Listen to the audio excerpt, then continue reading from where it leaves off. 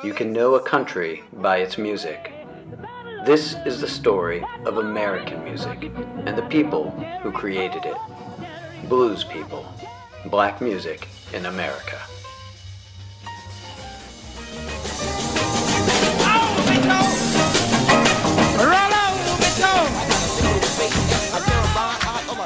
Part 2, Blues. Did your best friend talk bad about you? Then you know the blues. Do you feel like no matter how hard you try, you always lose? Then you can sing the blues.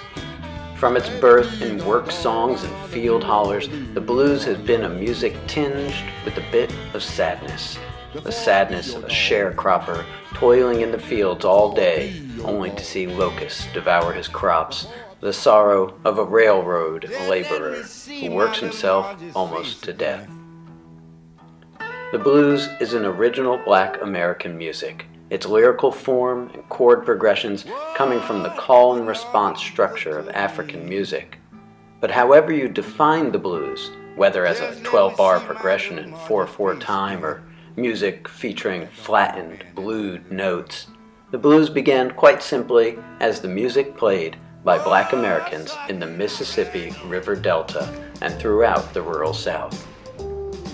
The blues is the granddaddy of almost all forms of popular American music. You wouldn't have Ray Charles or James Brown without the blues. You wouldn't have rock and roll or gospel or funk. You wouldn't have R&B or soul. You wouldn't have Led Zeppelin or the White Stripes. You wouldn't have Rhapsody in Blue or Heartbreak Hotel without the blues. It's as if the Mississippi Delta were the very spirit of American culture, the force that, through blues music, animated the body of the entire country, as if the blues were the blood running through the veins of every American.